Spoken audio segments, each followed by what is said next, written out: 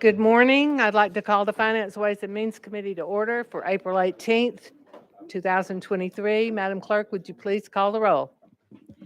Representatives Barrett, Boyd, Campbell, Camper, Cochran, Crawford, Faison, Freeman, Gant, Garrett, Hawk, Hicks, Kiesling, Lamberth, Love, Lynn, McKenzie, Miller, Moon, Parkinson, Shaw, Sparks, Whitson, Williams, Zachary, Vice Chairman Baum, Chair Lady Hazelwood. Here. Madam Chair, you have a quorum. Thank you, Madam Clerk. Are there any personal orders or announcements? Seeing none, we have our appropriations calendar up today in this session of Finance Full, the first of at least one of two. And with that, I am going to turn the gavel over to Chairman Baum. Members, item number 1 on our calendar is the appropriations bill. It's House Bill 1545. Chair Lady Hazelwood, you have a motion and a second. You do have 3 amendments. Would you like to put these on the bill first or Please. explain the amendments one at a time? All on the bill first. So the first amendment is amendment number 1, drafting code 7768. Do we have a motion and a second to put that on the bill? Okay, we're voting to put amendment number 1 on the bill. All in favor say aye. Opposed? Ayes have it. Amendment number 1 goes on the bill. Amendment number 2 is drafting code 6000. That's correct. Okay, we've got a motion to put that on the bill and a second. Discussion. All in favor of putting this on the bill say aye. Opposed? Amendment number 2 goes on the bill, and we have a third amendment. Amendment number 3 is drafting code 7000. Motion to put it on the bill with a second. All in favor of putting this amendment on the bill, say aye. Aye. Opposed? The amendment goes on the bill. Chair Lady Hazelwood, you are now recognized on the bill as amended. Thank you, Mr. Chairman. This is the budget for this upcoming fiscal year. And I will just go through it. The first amendment I'll mention was the procedural amendment. The second amendment was the administration. And then the third was our legislative amendment, which is the compilation and actually the bill that we'll be voting on today. The total budget for this year, upcoming fiscal year, is the same as the current fiscal year that we're operating in, and that is $56.2 billion.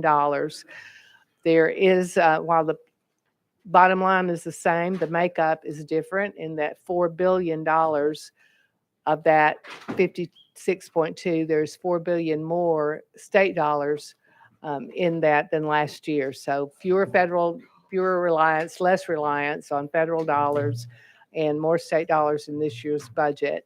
The budget, I'm going to discuss it in just dividing it by looking at major initiatives. And we'll go through it, and as I'll finish one section and stop for questions if that works with the chairman, and then we'll proceed to the next section. But the first section I'm going to talk about is because, and it's first because it's top of mind for all of us, and that is school safety. There's $140 million in recurring funding so that every public school in Tennessee will be able to have an SRO funded at $75,000 per year. These grants are going to be administered through the Department of Safety. They will flow through local law enforcement agencies once that local law enforcement agency has a memorandum of understanding with their local LEA or LEAs. The purpose of the grant is to fund, as I said, one SRO at each public school. So if public schools already have an SRO, then they can choose to use the funding that the state will be providing to fund the SRO and use their funds in a different way. Or for particularly at larger schools or in some areas, schools might choose to add a second SRO, continue to pay for the one that they're funding and add a second with state funds. That will be the local school and local LEA's decision. There's $40 million in non-recurring funding for school safety grants for public schools. The governor's base budget that came out in February showed $20 million for those grants in his base budget. There was, this line item was in the budget last year. They're not, it's not a new grant pool, but last year we determined not all of those monies were used. And I think one of the reasons, by the time you divide those, that amount of money over all the public schools in Tennessee, there just wasn't a lot of interest because schools felt there wasn't enough money that they could make a meaningful difference. So the legislature has decided that we will double that amount in this year's budget. So instead of 20 million in non-recurring funding for those grants, it will be 40 million. The governor's budget had 7 million for non-public schools, and by that same logic that we used on the public schools, the legislature has decided to double that amount for $14 million. There's $29 million in this budget to fund 122 positions that will be within the Department of Homeland Security for the School Safety Initiative. That will provide for a Homeland Security officer in each county in Tennessee. So with that, Mr. Chairman, that's the section dealing with school safety, and we could stop for questions here if you like. Okay, questions on the school safety portion? Chairman Gant.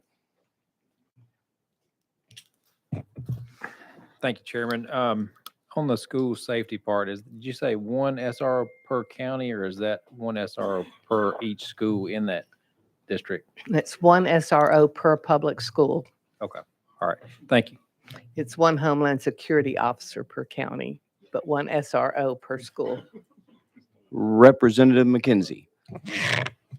Thank you, Mr. Chair. And to the second part of what you said, as far as the Homeland Security person, I guess I would just, and I spoke to this as they presented, you know, we have highly concentrated counties with a lot of schools and complicated, you know, dynamics and things, and we have other sparsely populated counties. Hopefully, these officers will work together in our more urban, concentrated areas, so that they're getting a good amount of coverage. Because I love the concept of having some consistency across the state. I'm just hoping that we don't tax the person in Davidson County or Knox County, you know, too tough when the other person may have some capacity if they're from, you know, like a Union County to the north of me with one high school. So just something for consideration for the record.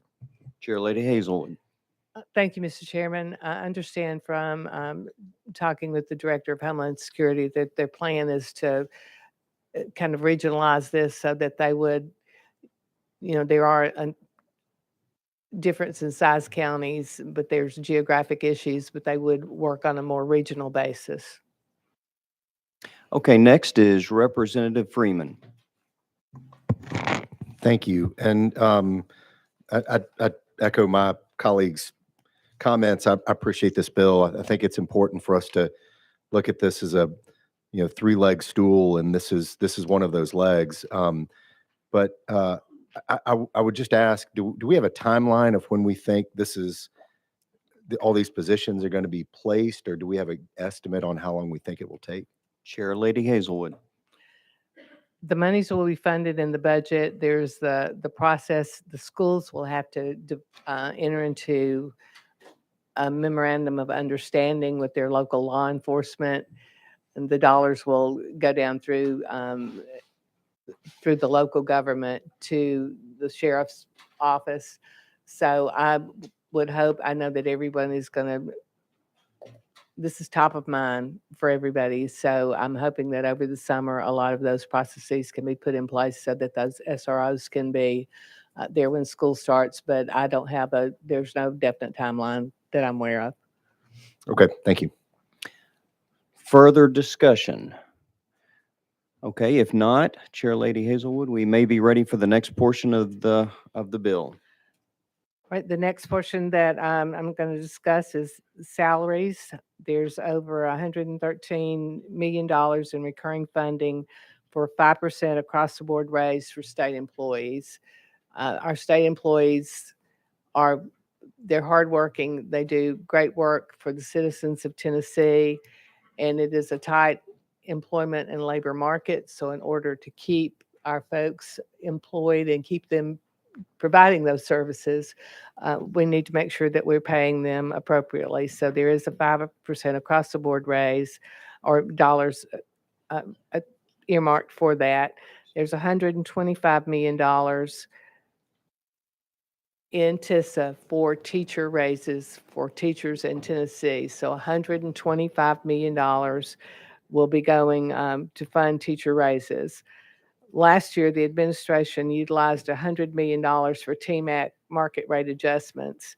And this year, an additional $65 million was included for further adjustments in order to provide the needed adjustments to legislative salaries, which frankly, we've not done a good job in taking care of our own, in that our legislative employees have not received those market rate adjustments that other parts of state government have. So we are earmarking $12 million to take care of that problem, so that frankly, we've been bleeding employees to other parts of government, and we want to keep our legislative staff in place.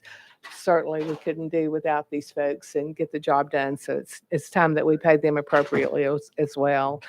The constitutional officers, the Secretary of State, the Treasurer, and the Comptroller provided $15 million in the general fund for their market rate adjustments. The legislature has added $1.8 million to provide for an adjustment pool for judicial assistance within the AOC. And then we have a total of $52.4 million to raise the DSPs to $15 per hour. The governor's budget included a raise for our DSPs, the direct service providers for our intellectually and developmentally disabled, but it was still less than $15. The legislature has, ever since I've been here, we've been working toward, and our intent has been to raise these folks' salaries up to a level that is at least beginning to be commensurate with market rate. And $15 is, that's the kind of wage that you can get at a lot of fast food locations now. So again, the legislature added another $16 million to bring the total to 52.4, so that our DSPs can have $15 per hour salaries. We have a total of $18 million for raises for mental health providers. We all know how critical mental health issues are in our state and in our country, actually. And we have a great need for mental health providers. It's difficult to find them. In order to keep them, we are needing to up those salaries as well. And then we have $17 million for raises for our assistant district attorneys, our public defenders, and our judicial assistants. Okay, discussion or questions on the salary raises portion? Okay, seeing none. Chair Lady Hazelwood, we're ready for the third portion. All right, we are going to talk about K through 12 education next. There's $350 million recurring dollars in new funding. So let me say that again. There's $350 million of recurring funding for our TISA formula to fund our K through 12 education. This $350 million will cover salary increases, health insurance, retirement, direct funding, the outcomes measurements that we put into the TISA formula.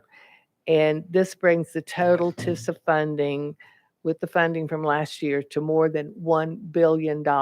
So again, Tennessee continues to invest in education, and more than $1 billion will be going into our TISA formula study, formula funding.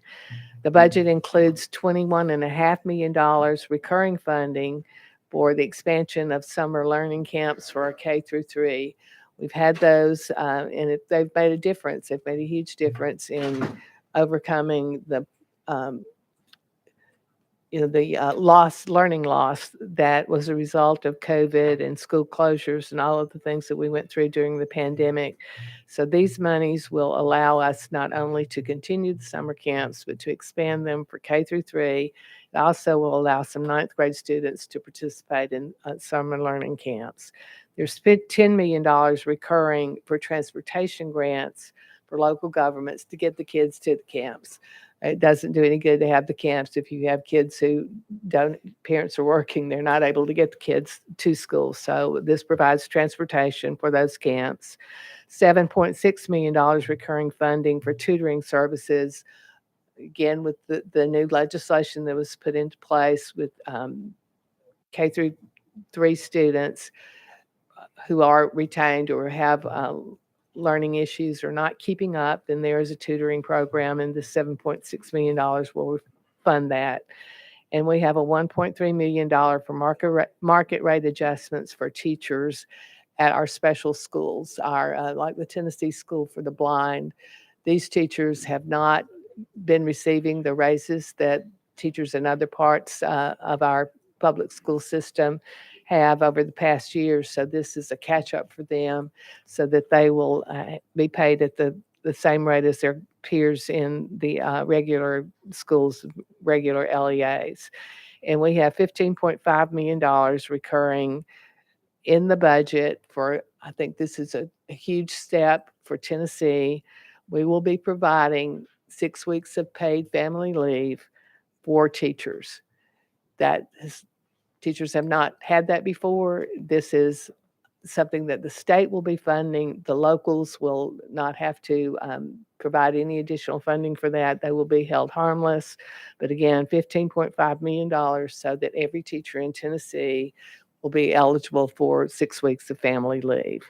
So with that, Mr. Chairman. Okay, Representative McKenzie is up.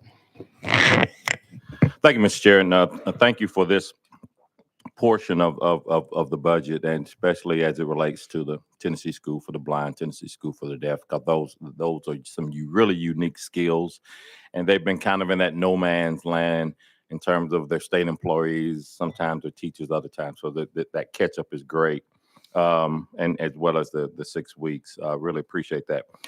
One thing from a fiscal standpoint, and financial, as we deal with this third grade retention, have we put any monies in the coffers for the schools? Because what I envision is, like in Knox County, I think the number is like 2,600 students that would have been retained last year. And let's say 600 come off after the summer. They just had, bad day, family situation, whatnot. And they passed after the summer learning camp.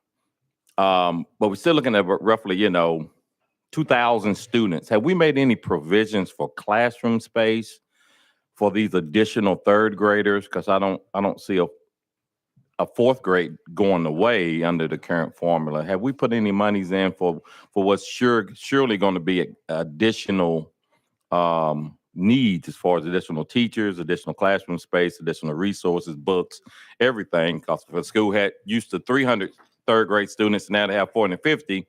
That's going to be a big deal for them. So could you address that?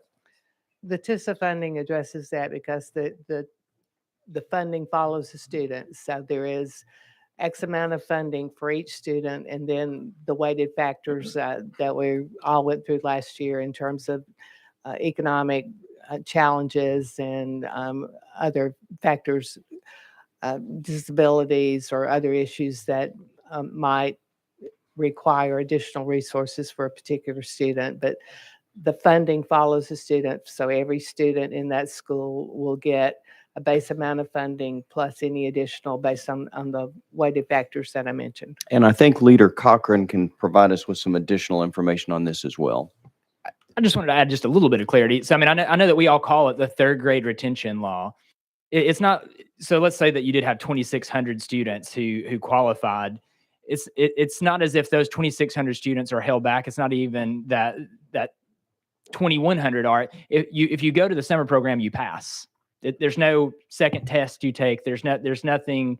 If you are a part of the program, you move on to the fourth grade. So I feel like it's gotten out there that there's going to be this mass scale of retention, and that's not the way the law is written. Just wanted to clarify that. And I think I can add that if you agree to the tutoring in the fourth grade, then you're able to proceed. So not everyone would be held back. Representative McKenzie.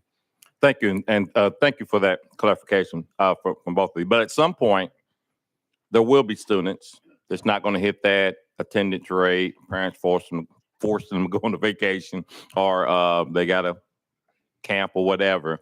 So they're going to make decisions and they're not going to come out these programs. At some point, we're going to hold back more students significantly, maybe 30% of the 2,600, just picking the Knox County example. And I definitely understand what you're saying. The funding follows the student, but at some point it's going to be an infrastructure issue, and at some point it's going to come sooner than later in terms of needing additional classroom space. And I don't think the TISA formula can quickly deal with that over a year-over-year basis. So are there any funds for capital improvements as it relates to this third grade retention? Chair Lady Hazelwood. There are no capital improvement funds in this budget for K through 12. Other questions or discussion? Leader Camper. Thank you. Madam Chair, earlier in budget sub, we talked about the summer program you mentioned with the transportation.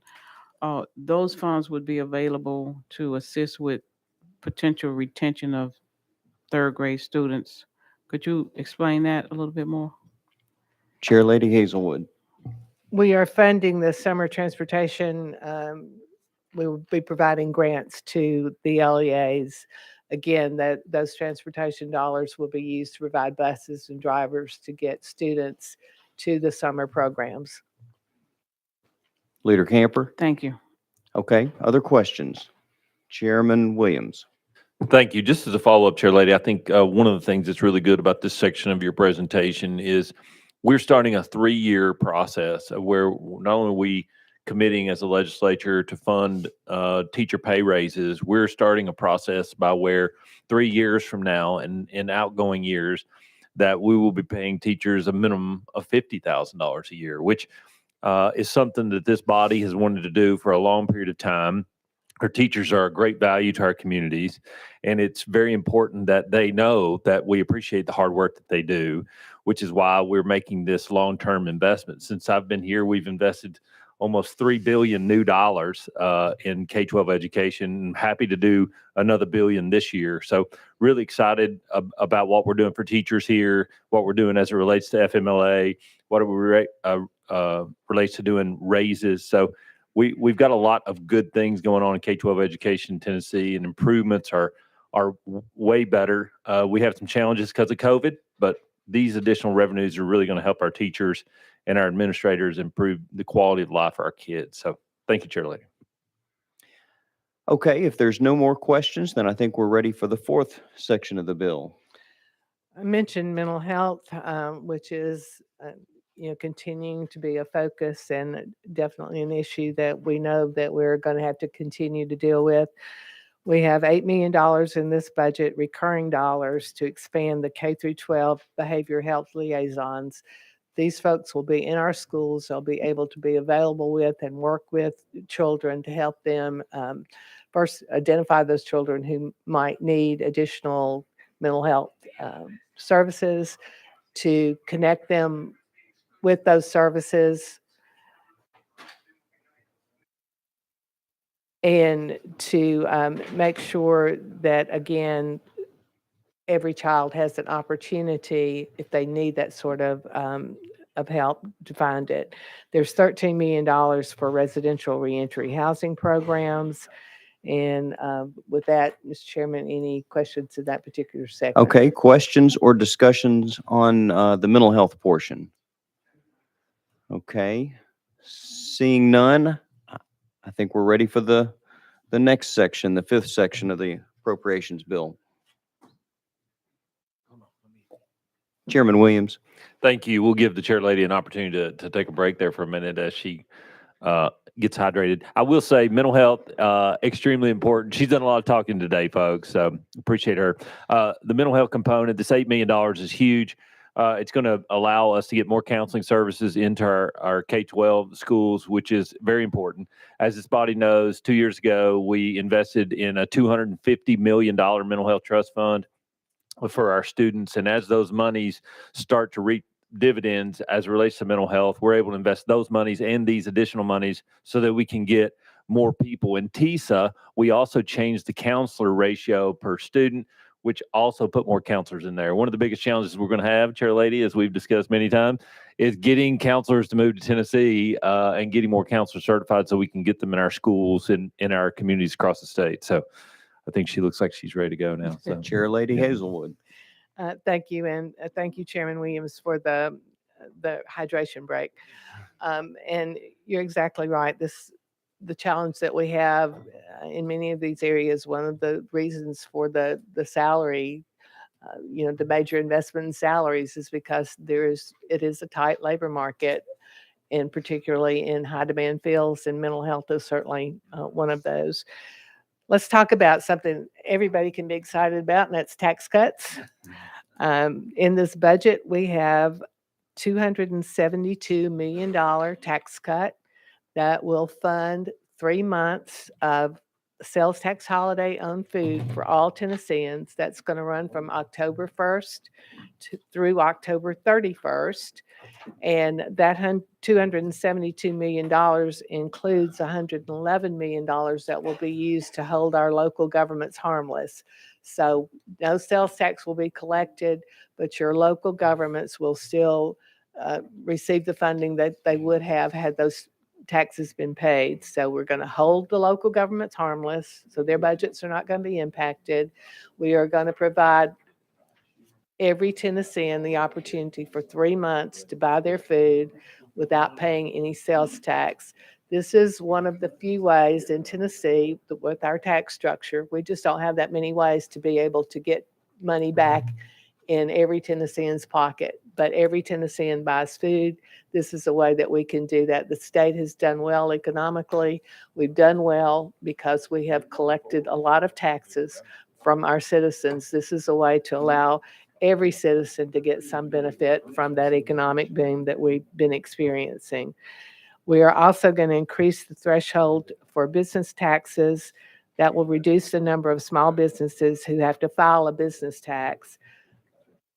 As it stands now, under current statute, if your business makes more than $10,000 a year, then you have to file business tax. We are raising that to $100,000. So there'll be a lot of small businesses, micro businesses, the leader asked about in sub this morning, that won't even have to file a business tax because their incomes would be less than the $100,000 threshold. So that's going to be, not only is it good not to have to pay the tax, but it's maybe even better that you don't have to pay someone to figure out how much tax you might have to pay. So again, this is going to enable our small businesses to focus on their business and what they do rather than spending time filing taxes and using some of their dollars to pay those taxes. There's a number of changes in the F&E, franchise and excise tax field. Couple of things I'll mention. We are conforming to the depreciation schedule that the federal government has. And again, there's a theme in what we're doing this year. We are providing our state employees 6 weeks of family medical leave. We're providing teachers 6 weeks of family leave. And we are giving an F&E tax credit for those employers, those companies who provide FMLA. So again, we're focusing on strengthening our families in Tennessee. The total tax cuts between the food sales tax, the business tax reduction, and the F&E taxes, the total of all of that is $404 million. So that's $404 million that will be going back to Tennessee taxpayers. They will not have to pay in this upcoming budget year. Okay, thank you for that explanation. Representative Freeman. Thank you. And Madam Chair, thank you for all the hard work on this. I know you've worked several hours, and what people are seeing here is just the tip of the iceberg of the amount of work that this takes. So thank you for that. A couple of questions on this. The sales tax, food sales tax holiday, I thought you said it was 3 months, but then I feel like you said it was October 1st to the 31st. Can you clarify that for me? August 1st to Au- October 31st. Got it. Okay. That's what I thought I misheard you. So that's fantastic. And then on the business tax, as a serial entrepreneur, I can't tell people how important this is to start a business, not know how to pay taxes. You have to hire somebody to do it. This is going to really allow us to be really friendly to small business startups. So this is a great step in the right direction. So again, thank you for that. Chair Lady Hazelwood. Thank you. The next item that I have listed is a legislative initiative. It was not included in the governor's budget, but is something that our speaker and a number of us have been really concerned about for quite some time. We have an issue with our hospitals in Tennessee. We have a number of hospitals, particularly in our rural areas, that are really struggling. They were propped up, if I can use that term, with federal dollars that were provided through for COVID relief, but those dollars have now been expended. They're expiring and are no longer going to be available. And we have really rural hospitals that are on the verge of closure. We have safety net hospitals that are really struggling with covering uncompensated care. So we have decided that we will earmark $110 million from TennCare reserves to provide relief funding for hospitals. That still will leave TennCare with a little over $1 billion in reserves. So we're not, we're still being fiscally conservative there, but we are giving this money to provide relief to our hospitals. And we view this as a stopgap measure. This is a bridge. This is to cover a problem for this year, but during this upcoming year, we expect to get all the participants at the table, THA, FNA, all of the folks that need to be involved in these discussions, TennCare obviously, and figure out how the formulary and what we need to do in order to, going forward, make sure that the providers that TennCare relies on to get health services to our citizens are able to stay up and running. So again, that's something, a speaker initiative, a legislative initiative, and something that I hope that this body will support and that all of our members will when we get this budget to the floor. Okay, questions about legislative initiatives, healthcare, this section? Okay, seeing none, Chair Lady, I think we're ready for you to continue. Thank you. We set up, I think 3 years ago, a senior citizen center fund so that we could better allocate funds that were being directed to senior citizens, so we could allocate those on a more statewide basis. We always have a number of appropriation requests from our members for senior citizens, for volunteer fire departments, rescue squads, EMS, a number of entities that just need some additional resources and are seeking help from the state to continue their operations. So the grant pool that we set up for senior citizens, we're keeping that. We're funding it on a non-recurring basis, but we're funding again this year at $1 million. We have a volunteer fire department fund that we set up last year. We're increasing the funding in that. This year's fund will have $5 million that will be available for applications. We have a rescue squad fund that we're funding at $3 million, and we're adding senior citizens at $1 million.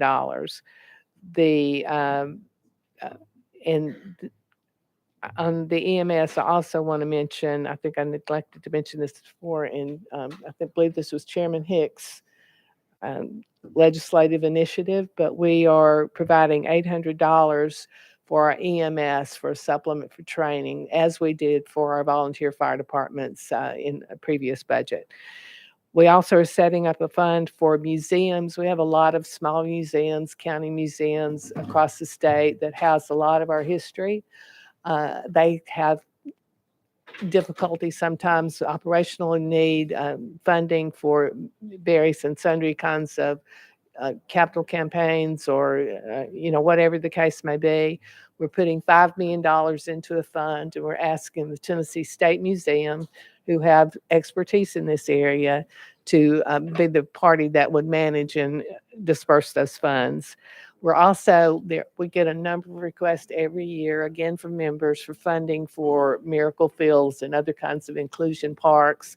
We are putting $2.5 million in a fund that your local organizations from across the state will be able to apply to get funding for inclusion parks. In addition to that, the AA had already $1 million for TDEC, and that will be additional funding to provide adult changing tables in all of our state parks.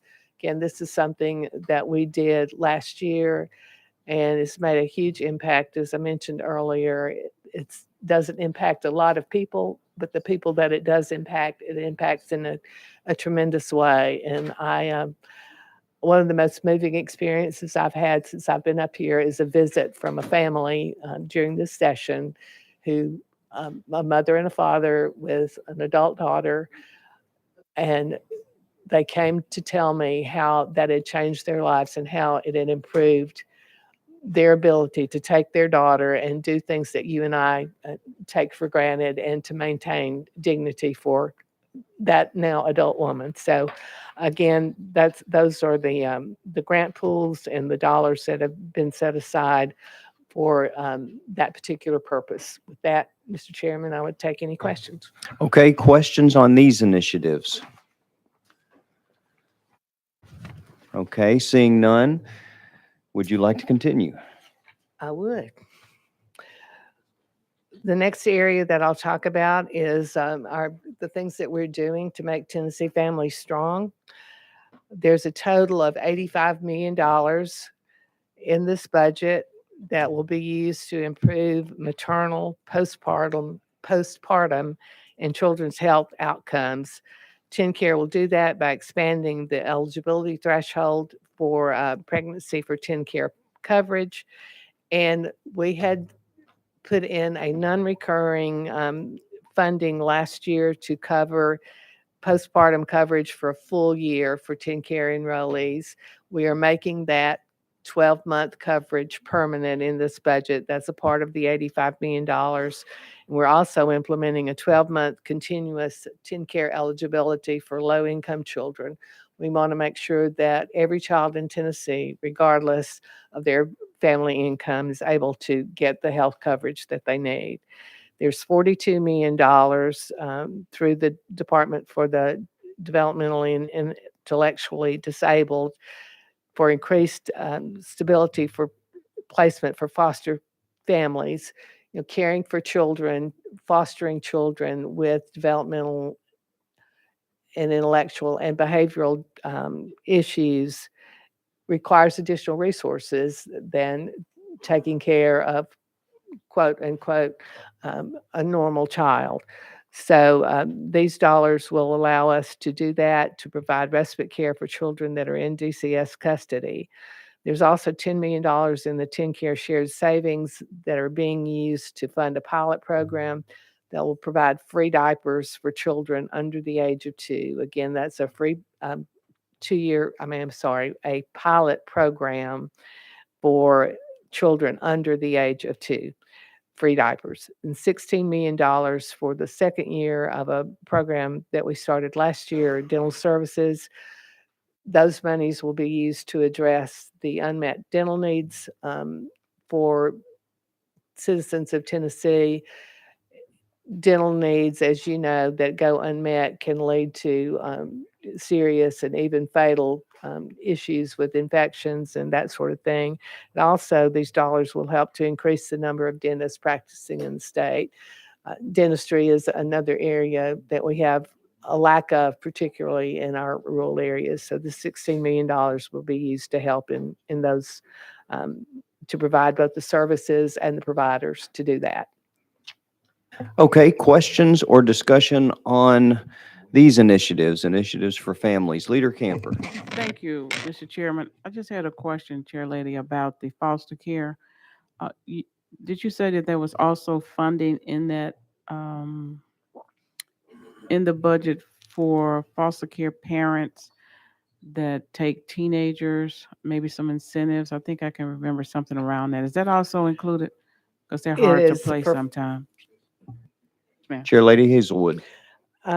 It is the funding, it's $42 million, and it's for foster families that are caring for children with intellectual and developmental disabilities, and also to expand the provider network for children with developmental and behavioral needs. So, you identify these children that have these issues that will help us to expand the providers that can address those issues.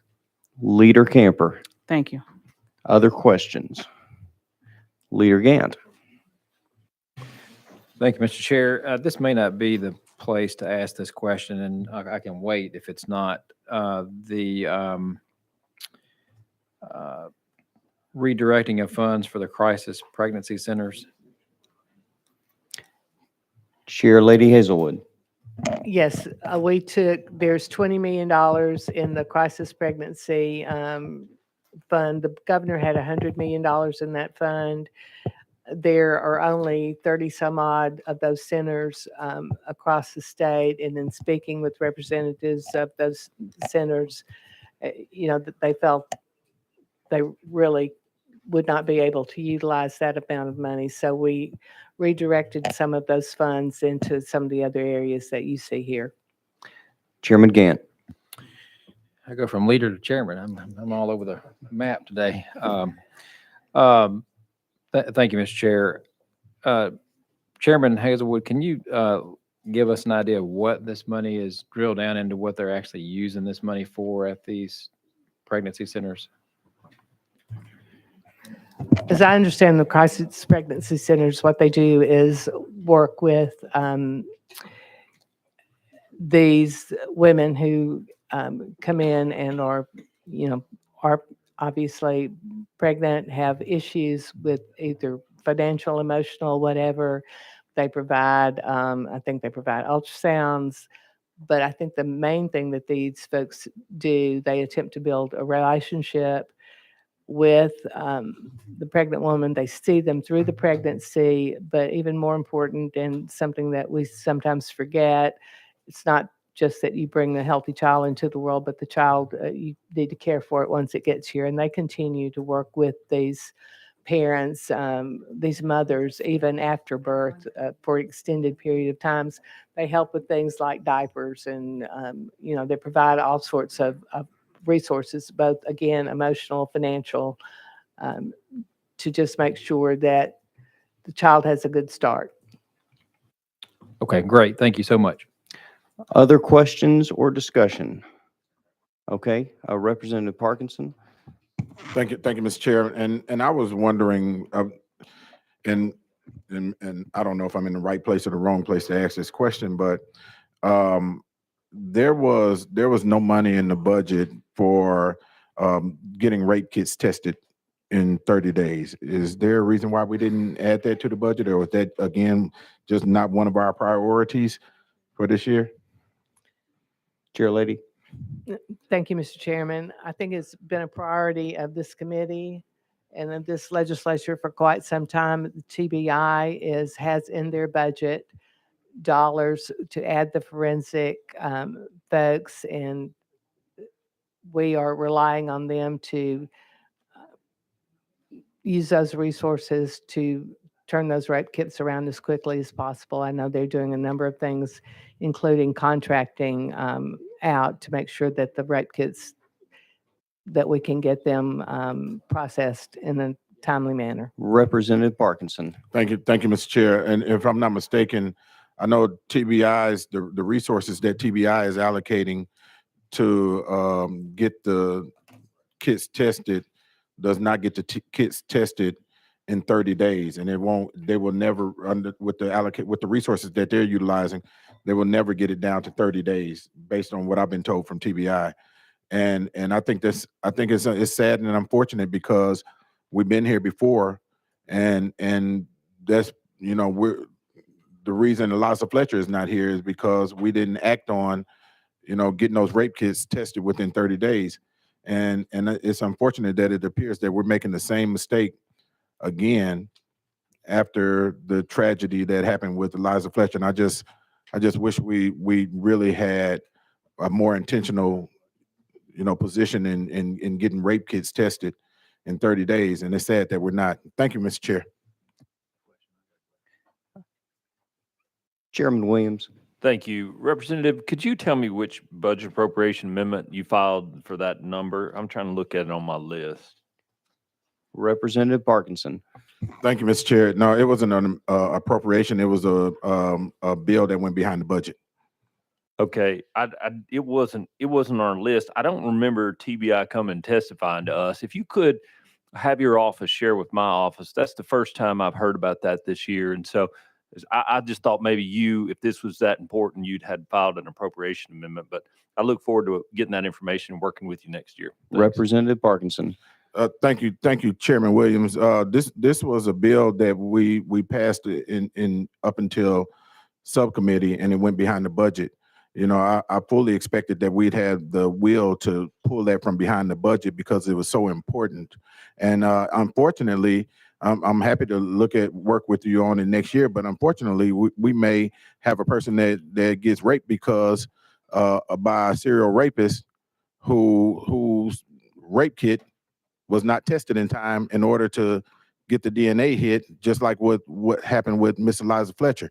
Had we done this the right way in 2014, probably Miss Eliza Fletcher would be alive today. But here we are going back down the same exact path of doing the same exact thing that we did in 2014. And I'm sorely disappointed in this. I'm sorely disappointed in us that we did not see this as a priority. That's unfortunate. Chairman Williams. Thank you. Once again, I was able to research it. House Bill 104 had a $5.4 million recurring cost associated with it. I think I don't know a whole lot about this bill. I do know that we had a brief discussion in budget sub, of which we put all bills that have a cost put behind the budget. But as I said previously, I look forward to working with the member about this. The bill is behind the budget. We're happy to talk about it next year. But the member, if the member was this passionate about it, I'm happy. My door's always open. I'm happy for you to come and talk with me. And I know Chairman Hicks is the same. So we didn't get one phone call from the TBI. I can't speak for the other chairman, but I did not get one phone call from TBI asking us to fund this. The governor had $56.2 billion worth of resources to do that.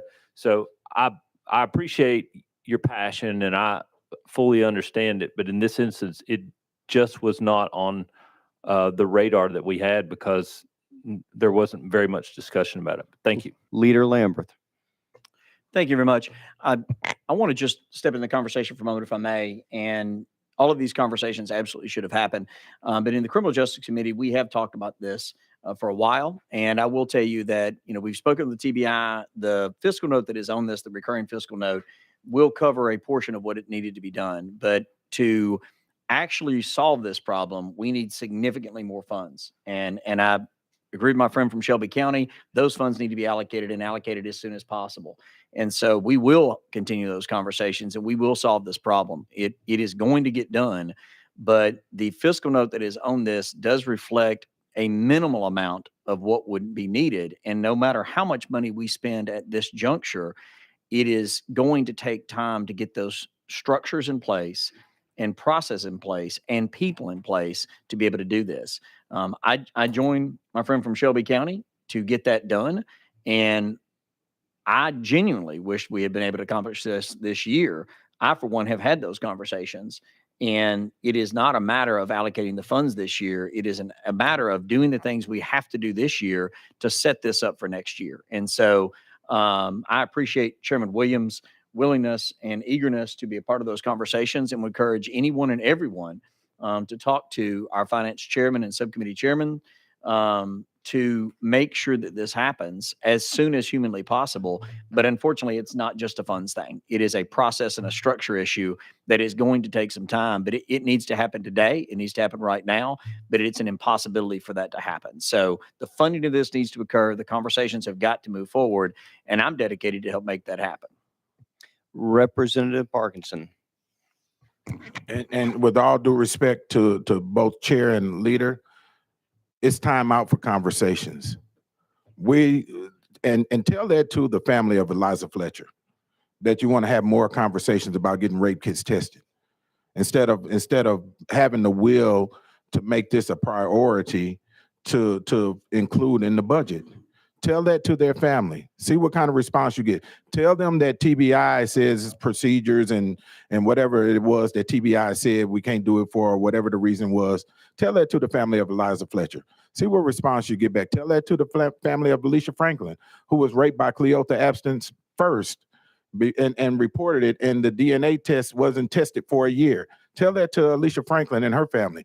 And then tell the family of Eliza Fletcher again, who, if that test would have been tested in 30 days, if we'd have acted on this in 2014, Eliza Fletcher would have finished her run. Tell that to her family, that we need more conversations. We don't need more conversations. We have not passed this budget yet. And we can go back and take a look at how we can fit this into the budget. There's $2 million sitting in there to do a forensic analysis or audit on TSU. That's a waste of money. We could have used that $2 million towards this $5 million.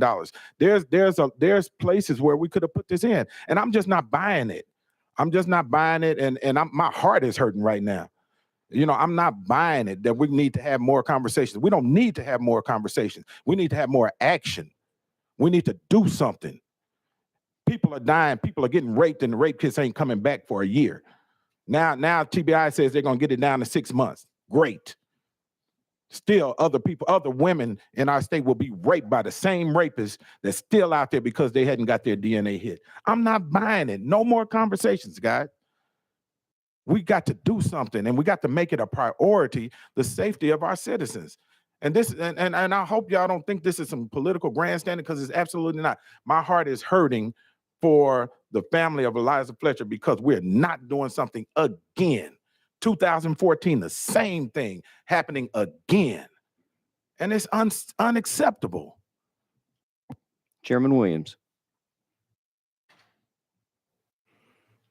Thank you, Representative. Really difficult situation that you're aware of. As the leader said, I'm not serving in that committee. There's not a budget appropriation in front of me that you filed. This bill went behind the budget. I'm thankful to hear that you're not grandstanding and this is that important to you. And I don't know how to say it any differently. I would love to work with you to find the money to do this, whatever the right fix is and the right money. If you want to come to my office, the door's always open. I think it's obviously not included in the budget this year that we discussed, or the governor's budget, or the AA. And so the only way to do that is to do that in the next half of the General Assembly. With that, Chairman Baum. Representative Parkinson. Thank you, Mr. Chairman. Let me read something to you real quick.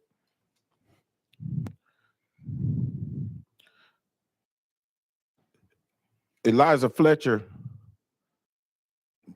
she was a mother of two. She was 34 years old, a Tennessee teacher. She was out on the morning run, as was her regular routine, not knowing that she would never return home to see her family, friends, students, and coworkers again. Let me tell you what happened to her. She died of a gunshot wound to the back of her head and blunt force trauma. Her partially decomposed body was found near a vacant house in Memphis on September 5th. I want you to think about that. Had we done what we were supposed to do in 2014, put money in the budget, same amount of money in the budget, to make sure rape kits were tested within 30 days, none of this would have happened to her. And now here we are. I just want to bring it home. Now here we are doing the same thing again. After this woman, after her family had to see and hear about her being killed with a gunshot to the back of the head and being beaten, and her partially decomposed body finally being found. And then we're turning around and making the same mistake again by not funding rape kits to get them tested in 30 days. Unacceptable. Okay, thank you, Representative Parkinson. Chair Lady Hazelwood, let's move to the next section of this appropriations bill. Thank you, Mr. Chairman. The next part of the budget that I'll discuss deals with our state parks, which are, really the jewels in Tennessee's crown. We have beautiful state parks from Mountain City to Memphis. And we are investing $329 million in those parks. This will include funding that will make the parks more accessible for every Tennessean. So there is funding in this budget to provide better handicapped access in our parks. We have $41 million for trails and greenways across the state, $82 million for environmental cleanup, and $308 million in capital appropriations for state park improvements statewide. So again, we're a significant investment, over $333 million in our Tennessee state parks. Okay, questions or discussion on parks? Okay, seeing none, Chair Lady Hazelwood, next section. The next segment is transportation, and we have, everybody has heard a lot about this as we pass the Transportation Modernization Fund. On the floor, we will be investing $3 billion. That's 3 with a B, billion dollars in transportation in Tennessee. That includes $300 million for the state aid road program. So again, upon passage of this budget, back home, your local governments will be able to access their share of the $300 million for state aid programs. This is going to make a huge difference in, I think, everybody's community as they're able to work on infrastructure needs for those state aid roads. There's $76.7 million in recurring funding for the Transportation Equity Fund for airports. This is something that we've been working as a legislative body towards for a while. We've been doing a lot of this funding for our airports on a non-recurring basis, putting all of these dollars into a recurring fund will allow both our general aviation and our commercial metro airports to be able to plan. They will know what kind of money they can depend on each year, and they can do a long-term plan. That's something that they've not had the luxury of doing when you're looking at year-to-year funding. So with that, Mr. Chairman, I would take any questions regarding transportation budget issues. Okay, questions or discussion on transportation? Okay, seeing none, next section. The next section deals with safety. We have $357 million that will be used to expand the Tennessee Advanced Communications Network called TNCAN. That will improve emergency radio coverage across the state and allow for purchase of radios for our local agencies. There's $28.7 million that will be used to fund 142 new state troopers that will patrol the roads and highways and byways in Tennessee. There's $75 million for a statewide e-filing court system. And we're also providing funding for a new judge in each of the 13th, 19th, and 22nd judicial districts where that we have a big problem with case overload and have for a time. We have some other judicial districts that also we're looking at, but we will be considering funding for additional districts in future budgets. But this year we're funding 3 of those. So with that, Mr. Chairman, I would entertain any questions in the safety category. Okay, questions about safety? Okay, seeing none, Chair Lady Hazelwood, we're ready for the next section. Economic development. We have $45 million of non-recurring money for rural development grants and services that help Tennessee rural communities to provide for themselves and become more economically robust. These kinds of grants also provide for marketing, strategic planning, and downtown revitalization grants that have made a difference in a lot of our small towns in Tennessee. And a great deal of what's being done, I'm from Hamilton County. It's not a rural county, but I have some surrounding rural counties, and I know some of them are distressed counties, and they have done a good job with some of these grants in just improving their downtown and driving businesses. And one of the key parts is having resources to help them market. They might not have an entertainment venue like a Nashville or a larger city, but they might have beautiful hiking trails, fishing, whatever other kinds of resources. And these grants help them to play to their strengths and market to bring economic development dollars or tourism dollars, whatever that might be, as well as obviously new businesses with improvements in their industrial parks and their infrastructure, which also can be included in these grants. So with that, I would owe $103 million in fast track money, which is critically important to all of us, as those dollars are used to help both existing businesses and new businesses that choose to either expand or relocate to Tennessee. Okay, thank you. Representative McKenzie. Thank you, Mr. Chair. And I like how I like how you frame that. So, we have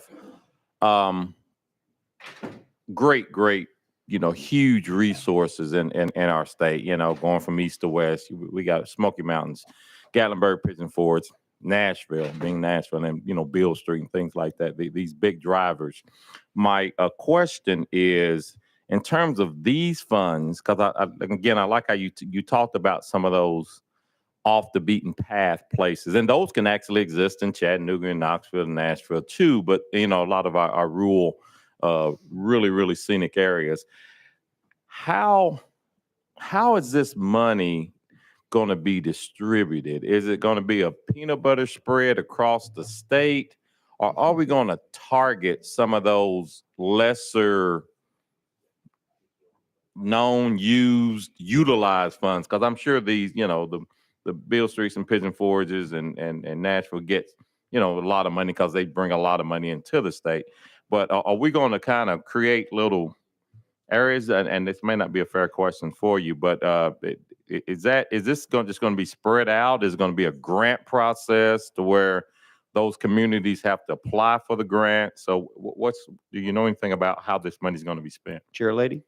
Yes, this is a continuation of an ongoing program, and it's a non-recurring fund, but we have funded it at various amounts over a number of years, and it just provides they are rural development grants, so they are targeted for rural and distressed counties in Tennessee, and they can be used for site development for industrial parks, as I mentioned.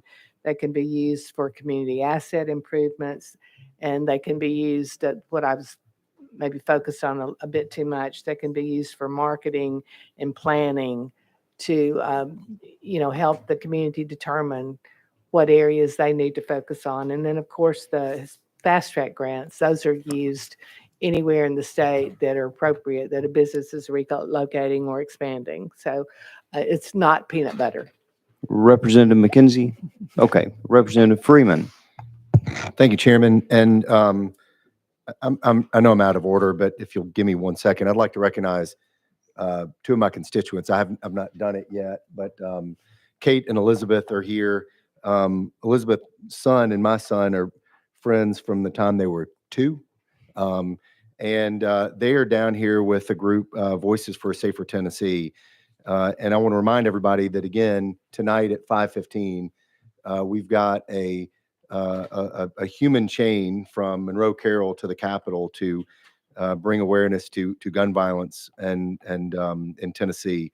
And I encourage everybody to sign up through safertn.org/event. Thank you, ladies, for being here. Okay, welcome. Other questions on this section of the appropriations bill? Okay, if not, All right, higher education. The big news in higher education this year is that we're putting $1 billion with a B into to the Tennessee Board of Regents for TCATs. That $1 billion includes $386 million for new buildings, $147 million for new campuses, and $370 million for replacement campuses. So again, a huge investment in our TCATs, recognizing just the great work that they do, the need for the kind of jobs that TCATs train for. And by establishing new campuses, we're going to make it a lot easier for students in every part of Tennessee to be able to have access to training. And another, I think, great thing about the TCATs is that they can train specifically for jobs in that area. The job needs in Chattanooga might vary significantly from the job needs in Obion County, but the TCATs can work with local businesses to see so that when these students complete their training and have their certificate, they actually have a marketable skill in that community. So $1 billion to TCATs, and they have a plan they've been working on for quite some time to use this money and make sure that, again, we are having, it's a win-win because we're providing opportunities for our students, but we're also filling needs for our businesses. And in order to continue to attract and keep our businesses in Tennessee, we have to have the labor market to feed that. So the TCATs will be a huge part of making that happen. We have $5.3 million, and this is actually Leader Lambert's idea, and I think he stepped out and he won't even hear me bragging on him. But $5.3 million to allow eligible Hope Scholarship students to continue to receive the Hope for up to 5 years from their initial enrollment. This can be used two ways. If you go to college and sometimes things happen, you might have to take some time off because of family situation, financial situation, whatever.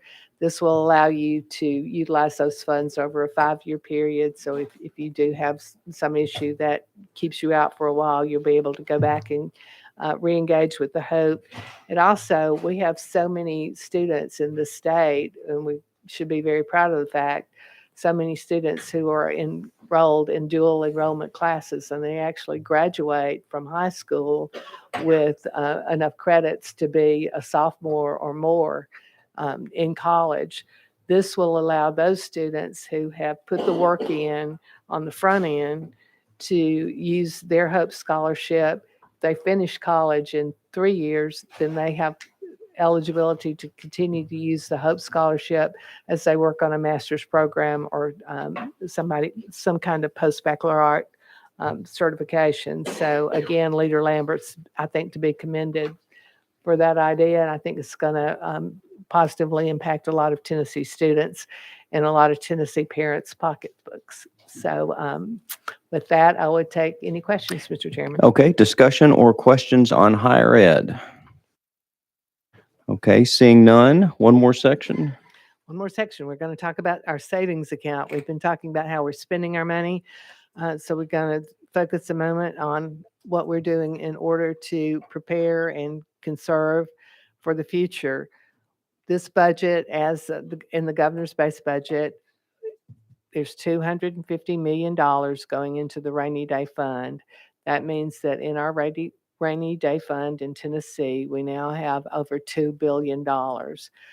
Again, every economist that you read is predicting a slowdown to a recession to something worse.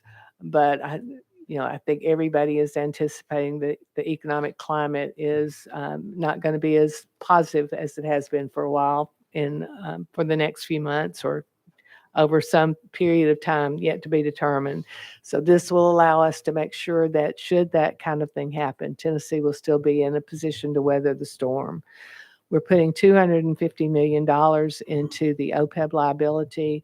This will cover the health care coverage for our retirees. We all know that those costs continue to be inflated. So this will help make sure that we can cover the cost for our retirees as their healthcare costs increase. And we're inputting $300 million into the TCRS fund.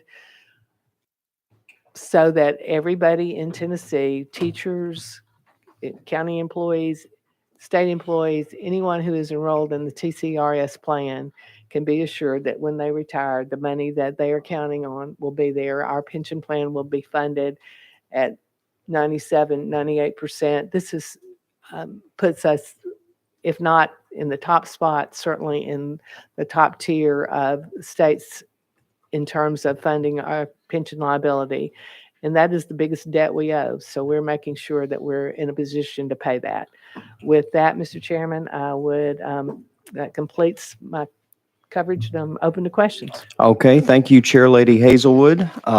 Members, you've heard the overview of the appropriations bill. We do have a question. Leader Gant. Thank you, Chairman. Chair Lady, if you could just tell me what this contribution to the rainy day fund actually brings us up to. You may have said that and I just missed it. What would be the total amount, including this year's deposit? It is 2 billion.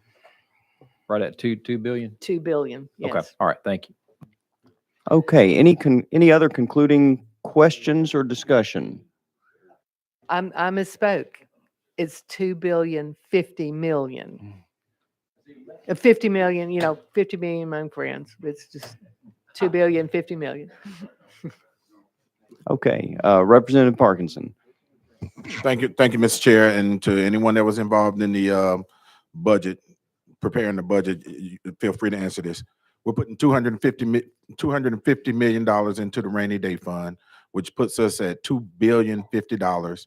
And you telling me that we can't allocate $5 million per year to make sure rape kits are tested in 30 days?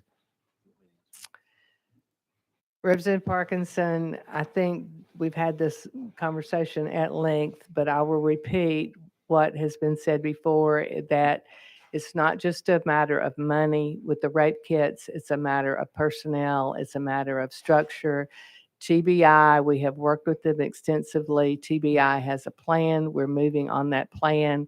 It takes longer than any of us would like, but there is a scarcity of personnel. There are a lot of issues that have to be dealt with, and it's not something, even if we took $50 million and threw at it, is not something that we would be able to solve that quickly. It's just a process that is going to take time. It took us time to get in the hole that we're in. It's going to take us time to get out. Any other discussion or questions? Chairman Williams. Thank you. Just as an aside, Representative, I did an opportunity to go and look. We actually spent $32 million more in this year's in the base budget in this space, which included forensic testing. If you want to look on page, of your budget book, if you look on page B266, it'll be there. If you want, I can have my office send you a copy of the page that describes that. But I wasn't aware of that when you were answering the question earlier. But I will say, Chair Lady Hazelwood, we spend non-reoccurring revenues when it comes to putting money in a rainy day fund, not recurring revenues. Recurring revenues are those revenues that we have to pay for on a recurring basis. And so the reason why we've been able to put that money away is because it's money that even the state's coffers aren't promised every year. Thank you. Okay, any other questions? If not, then we are voting to send the appropriations bill, House Bill 1545, to calendar and rules. All in favor say aye. Opposed? Bill goes to calendar and rules. The second item on our agenda is House Bill 1543. This is the budget implementation bill. We have a motion and a second on the bill. We do have an amendment. It's amendment number 1, drafting code 5261. We've got a motion and a second on the amendment. All in favor of putting the amendment on the bill say aye. Opposed? The amendment goes on the bill. Chair Lady Hazelwood, you are recognized on House Bill 1543. Thank you, Mr. Chairman. And I'll speak first to the amendment, which really somehow my name got on it, but again, this is Leader Lambert's idea, so I want to give him full credit. But it establishes it for fiscal year 23-24, the state employer 401k match. So if you are a state employee, if you are investing in in a 401k for next fiscal year 23-24, if you put $100 into your 401k, the state will match that $100. You could perfectly free to build to put more than that in, but the state will match the first $100. In subsequent fiscal years, the employer match reverts to 100% up to a maximum of $50 per month. But for this year, this fiscal year, $100 match for each $100 put in. And then the rest of this bill, House Bill 1543, is simply the vehicle to make the statutory changes necessary that we can implement the budget that we just passed. Okay, members, you've heard the description of the budget implementation bill. Leader Lamberth. Thank you, Madam Chairman, and thank you, Mr. Chairman. I just want to say, thank you for the shout out on this. This has been a team effort of everyone pitching into this. But when we went away from a defined benefit plan years ago for state employees for when they retire, we went to a hybrid plan. And this always was what we promised state employees, is that, it was for every $50 you put into the 401k, we'll match 50, but that needs to increase up to 100. And quite frankly, we need to look at even taking that a little bit further in years to come. This is non-recurring for the next year. So I encourage all state employees, go ahead and increase that 401k up to at least 100, if not beyond, and the state will match 100. And then the multiplier effect on that, according to the Treasurer's Office, is exponential, and it will make for a much better retirement for our state employees. So I hope in next year's budget that we really look at making this a recurring expense. We're doing it 1 year at a time now, but this will help our state employees, especially our newer hires over the last several years that come into the hybrid plan. So just a little bit of background on that, but it's just something that I think we need to do for our employees. Chairman, thank you for running the amendment and for supporting this effort all along. We definitely could not have done any of this budget without your extremely, extremely expert leadership, and we all appreciate you. Thank you. Any other questions on this bill? Question's been called. We are voting to send House Bill 1543 to calendar and rules. All in favor say aye. Opposed? Passes. House Bill 1543 goes to calendar and rules.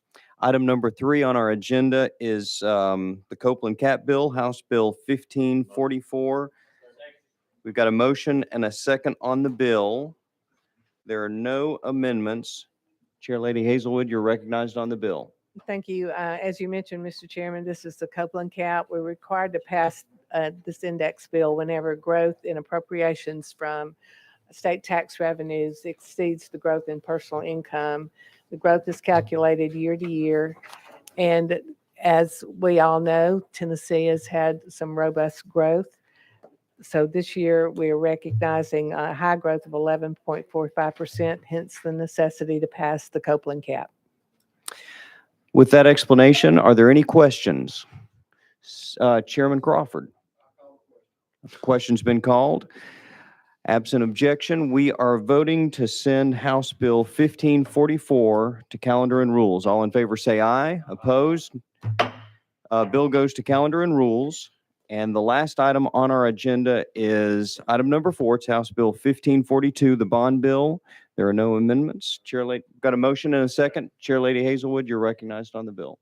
Thank you. This simply authorizes the state of Tennessee via resolution from the funding board to issue and sell obligation-bearing bonds not to exceed $83,800,000. We have no plans to issue bonds at this point, but this is a bill that we just pass each year, giving the authority to do so if it should be required. With that, Mr. Chairman, take any questions. Questions on the bond bill? Leader Lamberth. Thank you, Mr. Chairman. And Madam Chairman, to the sponsor, it's my understanding that there are no new additional bonds being issued this year that we know of in this particular bill. Anything that would have been authorized in years past may still be out there, but we're taking on no additional new debt. Is that correct? Chair Lady? That's correct, Leader. As I said, there's no plans to do this. This is simply, should there a situation arise, we are out of session, hopefully soon. and will not be back until January. And if there were some need during that period of time, this would authorize the state via resolution from the funding board to issue bonds. Any other questions or discussion? Leader Lamberth. Thank you. And after we finish this committee, I think Chairman Vaughn has stuck his head in, and for the Republican members, I think he needs to meet with you in the back for just a few minutes on a subject. Thank you. Okay, if no other questions, then we are voting to send House Bill 1542 to calendar and rules. All in favor, say aye. Opposed? House Bill 1542 moves to calendar and rules.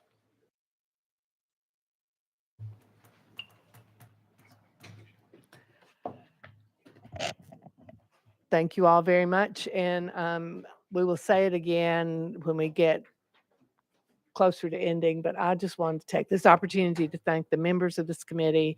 You put a lot of time in and a lot of budget hearings, a lot of faithful members, a lot of transitory members, but we appreciate you as well. But I particularly want to take this opportunity to thank the staff.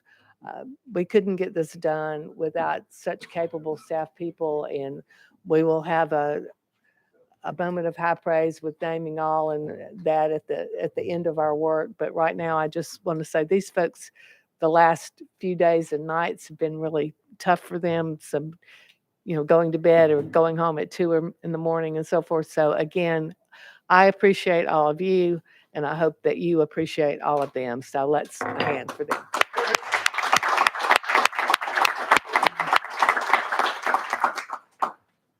And next, Chairman Hicks. I'm going to defer to Chairman Zachary first. Thank you, Mr. Chairman and Madam Chair. Members, calendar and rules will meet at 12:15 in this room. Calendar and rules will meet at 12:15 in this room. Thank you. Okay, now. Chairman Hicks. All right, with that announcement, Budget Sub will meet at 1:30. That's when Budget Sub will take up the bills at 1:30. All right, you've heard that. We have any further business? Seeing none, we are in recess. That's a recess.